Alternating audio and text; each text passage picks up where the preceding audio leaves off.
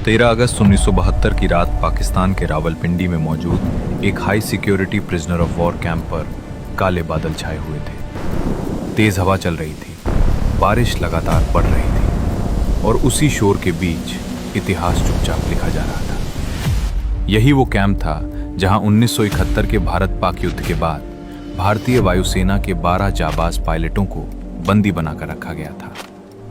चारों तरफ ऊंची दीवारें थीं, ऊपर कंटीले तार लगे थे, हर कोने पर हथियारबंद गार्ड तैनात थे और सुरक्षा ऐसी थी कि कोई सोच भी नहीं सकता था कि यहां से कोई जिंदा बाहर निकल पाएगा। लेकिन उसी रात इस नामुमकिन लगने वाली जगह से 3 भारतीय पायलट आजादी की तरफ कदम बढ़ाने वाले थे। इस कहानी की शुरुआत दिसंबर 1971 के युद्ध से होती है। उस समय भारत और पाकिस्तान के बीच भीषण जंग चल रही थी। जमीन पर भारतीय सेना पाकिस्तान को पीछे धकेल रही थी, लेकिन आसमान में हालात बेहद खतरनाक थे। पाकिस्तान के जफरवाल सेक्टर के पास बना एक वॉच टावर भारतीय सेना और वायुसेना के लिए बड़ी परेशानी बन चुका था। वहां से पाकिस्तानी सेना भारतीय गतिविधियों पर नजर रखती थी और कई बार भारतीय विमानों पर सटीक फायरिंग भी करती थी। इस खतरे को खत्म करने की जिम्मेदारी भारतीय वायुसेना के बहादुर पायलट दिलीप पारोलकर को दी गई। पारोलकर अपने साहस, अनुशासन और तेज दिमाग के लिए जाने जाते थे। उन्हें पता था कि मिशन आसान नहीं है, लेकिन देश के लिए यह जोखिम उठाना जरूरी था। 10 दिसंबर 1971 को दिलीप पारोलकर अपने फाइटर जेट के साथ मिशन पर निकले। जैसे ही वे टारगेट के करीब पहुंचे, पाकिस्तानी एंटी एयरक्राफ्ट गनों ने भीषण फायरिंग शुरू कर दी। गोलियां सीधे उनके विमान की तरफ आ रही थीं। कुछ ही पलों में उनका जेट बुरी तरह क्षतिग्रस्त हो गया। अब उनके पास सिर्फ एक रास्ता बचा था, इजेक्ट करना। उन्होंने अपनी जान बचाने के लिए इजेक्ट किया, लेकिन किस्मत ने उन्हें दुश्मन की जमीन पर उतारा। जमीन पर उतरते समय वे पहले से घायल थे। दर्द से जूझते हुए वे खुद को संभाल ही रहे थे कि आसपास के लोग जमा होने लगे। कुछ ही देर में भीड़ ने उन्हें घेर लिया। लोग दुश्मन दुश्मन चिल्लाने लगे। उनका सामान छीना गया और उन पर हमला कर दिया गया। मारपीट इतनी ज्यादा हुई कि पारोलकर वहीं बेहोश हो गए। अगर कुछ देर और हो जाती तो शायद भीड़ उन्हें मार डालती, लेकिन तभी पाकिस्तानी सैनिक वहां पहुंच गए। सैनिकों ने भीड़ को हटाया और कहा कि यह जिंदा हमारे ज्यादा काम का है। इस तरह पारोलकर मौत के मुंह से तो बच गए, लेकिन अब वे दुश्मन की कैद में थे। जब उन्हें होश आया तो उन्होंने खुद को एक अंधेरी, तंग और सीलन भरी कोठरी में बंद पाया। सामने एक पाकिस्तानी अधिकारी खड़ा था। उसने कागज और पेंसिल उनकी तरफ बढ़ाते हुए आदेश दिया कि आदमपुर एयरबेस का नक्शा बनाओ। आदमपुर एयरबेस भारतीय वायुसेना का एक बेहद अहम ठिकाना था। पारोलकर ने तुरंत मना कर दिया। इसके बाद उन पर लगातार दबाव डाला गया और टॉर्चर शुरू हुआ। आखिरकार भारी दबाव में उन्होंने नक्शा बना दिया। पाकिस्तानी अधिकारी खुश हो गया, लेकिन कुछ देर बाद गुस्से में वापस लौटा। वजह यह थी कि पारोलकर ने आदमपुर एयरबेस का नहीं, बल्कि मुंबई एयरपोर्ट का नक्शा बना दिया था। ये उनकी सूझबूझ और हिम्मत का शानदार उदाहरण था। गुस्से में अधिकारी ने उन्हें सजा सुनाई कि वे पूरी रात कोठरी के एक कोने में खड़े रहेंगे और गार्ड को आदेश दिया गया कि अगर वो बैठे तो उसे गोली मार दी जाए। पारोलकर पूरी रात खड़े रहे। शरीर जवाब दे रहा था, लेकिन तभी गार्ड को उन पर तरस आ गया। उसने धीरे से कहा कि बैठ जाओ, कोई आएगा तो मैं बता दूंगा।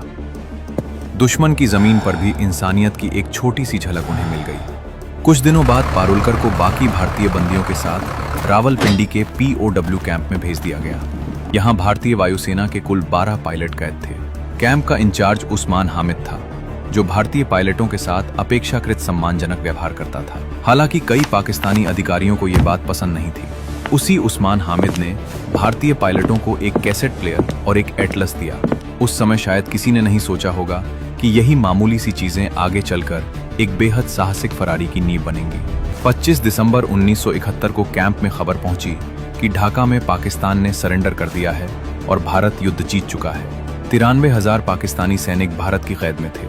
कैंप में खुशी की लहर दौड़ गई। सभी को लगा कि अब जल्द ही वे घर लौटेंगे।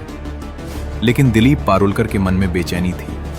उन्हें महसूस हो रहा था कि युद्ध बंदियों की अदला बदली में बहुत समय लग सकता है। शुरुआत में किसी ने उनका साथ नहीं दिया, लेकिन समय बीतने के साथ उनकी बात सही लगने लगी। कई महीने गुजर गए और भारत सरकार की तरफ से कोई स्पष्ट हलचल दिखाई नहीं दी।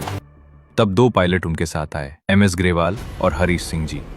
अब तीनों ने मिलकर भागने की योजना बनानी शुरू की। सबसे पहले उन्होंने एटलस का गहराई से अध्ययन किया। रात रात भर वे नक्शे देखते, रास्ते समझते और संभावनाएं तलाशते। उन्होंने तय किया कि सीधे भारत पाक सीमा की तरफ जाना बहुत खतरनाक होगा, क्योंकि युद्ध के बाद वहां सुरक्षा बेहद कड़ी थी।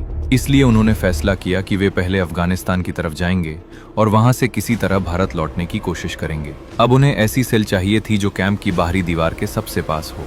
काफी निरीक्षण के बाद उनकी नजर सेल नंबर 4 पर पड़ी। धीरे धीरे गार्ड्स के साथ व्यवहार और पहचान का फायदा उठाकर वे तीनों उस सेल में शिफ्ट हो गए। उस सेल में पहले से एक और भारतीय पायलट विद्याधर शंकर चाटी मौजूद थे। वे खुद भागने के प्लान में शामिल नहीं हुए, लेकिन उन्होंने इन तीनों की मदद करने का फैसला किया। अब सबसे बड़ी चुनौती थी 18 इंच मोटी दीवार में सुराख करना। बिना औजार के ये असंभव सा काम था, लेकिन किसी तरह उन्होंने एक कैंची और एक स्क्रू ड्राइवर हासिल कर लिया। इसके बाद हर रात ठीक 12 बजे से 1 बजे तक बेड के नीचे छिपकर काम शुरू होता। एक आदमी दीवार को रेतता, बाकी पहरा देते। दीवार से निकलने वाली मिट्टी और सीमेंट को बेड के नीचे छिपा दिया जाता। गार्ड्स की उन्होंने सेल के अंदर लगे बल्ब का फ्यूज भी उड़ा दिया, ताकि अंदर साफ दिखाई न दे। एक रात खतरा बहुत करीब आ गया। एक गार्ड ने झांक कर देखा और उसे लगा कि सेल में सिर्फ 3 पायलट हैं, जबकि उस समय हरीश सिंह जी बेड के नीचे थे।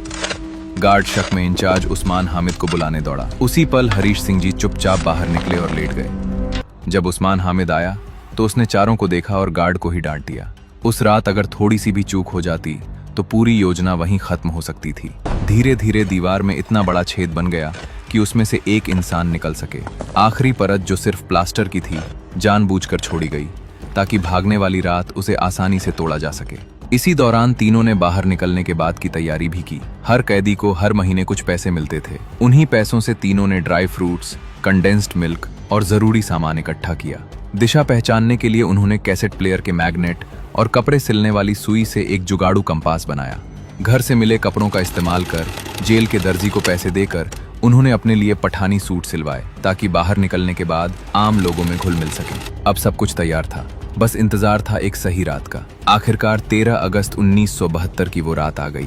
आसमान में काले बादल थे, तेज हवा चल रही थी और थोड़ी ही देर में मूसलाधार बारिश शुरू हो गई। यही वो मौका था जिसका इन तीनों ने महीनों इंतजार किया था। उन्होंने अपने पठानी सूट पहने, ड्राई फ्रूट्स, कंडेंस्ड मिल्क, जुगाड़ से बना कंपास और थोड़े पैसे अपने पास रखे। जाने से पहले उन्होंने अपने साथी विद्याधर शंकर चाटी को गले लगाया। फिर पारुलकर ने दीवार की आखिरी प्लास्टर परत को धीरे धीरे तोड़ा। बारिश की आवाज ने हर हलचल को छिपा लिया। एक एक करके तीनों उस संकरे छेद से बाहर निकल आए। बाहर आते ही उन्होंने देखा कि दीवार के पास ही एक पाकिस्तानी गार्ड चारपाई पर सो रहा है। एक छोटी सी चूक सब कुछ बर्बाद कर सकती थी, लेकिन तीनों बिना समय गवाए बाहरी दीवार की तरफ भागे। कपड़ों को बांधकर रस्सी बनाई, उसे ऊपर फेंका और कंटीले तारों के पार अटका दिया। पहले पारुलकर, फिर ग्रेवाल और आखिर में हरीश सिंह जी दीवार पार करके दूसरी तरफ उतर गए। वे अब जेल से बाहर थे, लेकिन असली चुनौती अब शुरू हुई थी। तीनों तेजी से भागते हुए बस स्टैंड पहुंचे और किस्मत से उन्हें पेशावर जाने वाली बस मिल गई। पूरी रात सफर करने के बाद सुबह करीब 6 बजे वे पेशावर पहुंचे। अब सबसे बड़ा खतरा पहचान का था। अगर किसी ने उनसे कलमा पढ़ने को कहा या मेडिकल जांच हुई तो वे तुरंत पकड़े जाते। इसलिए उन्होंने फैसला किया कि वे खुद को क्रिश्चियन बताएंगे। पेशावर से उन्होंने एक और लोकल बस ली और सुबह करीब 9:30 पर लंडी कोटल पहुंच गए। उधर उसी समय रावलपिंडी कैंप में हड़कंप मच चुका था। जब गार्ड्स ने सेल में बना बड़ा सुराख देखा तो कुछ पल के लिए सबके होश उड़ गए। इतनी कड़ी सुरक्षा के बावजूद 3 भारतीय पायलट फरार हो चुके थे।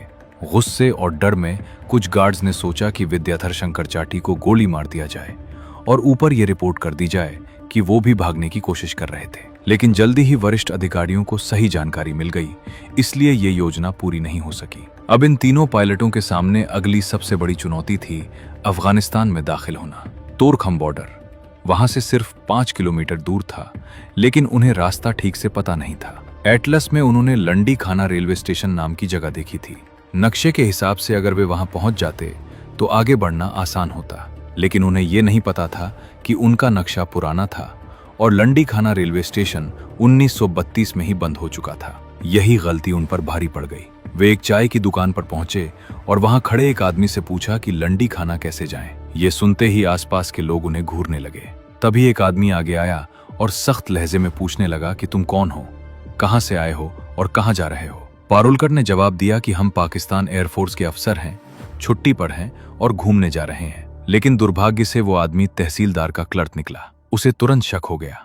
उसने कहा कि यहाँ इस नाम की कोई जगह नहीं है। भीड़ बढ़ने लगी और शक गहराता गया। आखिरकार तीनों को पकड़कर तहसीलदार के पास ले जाया गया। तहसीलदार के सामने भी उन्होंने खुद को पाकिस्तानी एयरफोर्स अधिकारी बताया, लेकिन बात बनी नहीं। तब आखिरी दांव खेलते हुए पारुलकर ने कहा कि अगर भरोसा नहीं है तो पाकिस्तान एयरफोर्स के एलडीसी उस्मान हामिद से बात करा दीजिए। उन्हें लगा कि शायद ये नाम उन्हें बचा लेगा, लेकिन यही उनकी सबसे बड़ी गलती साबित हुई। तहसीलदार ने तुरंत उस्मान हामिद को फोन कर दिया और दिलीप से बात करवाई। जैसे ही उसने आवाज सुनी, उसे समझ आ गया कि ये वही 3 भारतीय पायलट हैं जो रावलपिंडी कैंप से भागे हैं। उसने तहसीलदार से कहा कि ये हमारे लोग हैं, हमारे सिपाही पहुंचने तक इन्हें सुरक्षित रखा जाए। कुछ घंटों बाद पाकिस्तानी सैनिक आए और तीनों को दोबारा गिरफ्तार कर लिया गया। रावलपिंडी वापस लाकर इन तीनों को 30 दिन की सॉलिटरी कन्फाइनमेंट की सजा दी गई। इसके बाद सभी भारतीय पायलटों को रावलपिंडी से हटाकर दूसरी जेल भेज दिया गया, जहां 500 से ज्यादा भारतीय युद्ध बंदी रखे गए थे। इसी दौरान भारत और पाकिस्तान के बीच युद्ध बंदियों की अदला बदली को लेकर बातचीत तेज हो गई। आखिरकार दिसंबर 1972 में पाकिस्तान के राष्ट्रपति जुल्फिकार अली भुट्टो ने सभी भारतीय युद्धबंदियों को रिहा करने का ऐलान कर दिया। जब ये भारतीय जवान वाघा बॉर्डर के रास्ते भारत लौटे तो वहां हजारों लोगों की भीड़ उनका इंतजार कर रही थी। हाथों में तिरंगा था, नारों की गूंज थी, आंखों में आंसू थे और चेहरों पर गर्व था। ये कहानी सिर्फ एक जेल से भागने की कोशिश की नहीं है। ये कहानी है हौसले की, धैर्य की, दिमाग की और उस जज्बे की जो सलाखों के पीछे भी आजाद रहना जानता है। दिलीप पारुलकर, MS ग्रेवाल और हरीश सिंह जी भले ही आखिरकार फिर से पकड़ लिए गए, लेकिन उन्होंने ये साबित कर दिया कि कैद शरीर को रोका जा सकता है, इरादों को नहीं। रावलपिंडी की वे दीवारें शायद आज भी उस रात को याद करती होंगी जब 3 भारतीय पायलट उन्हें चकमा देकर निकल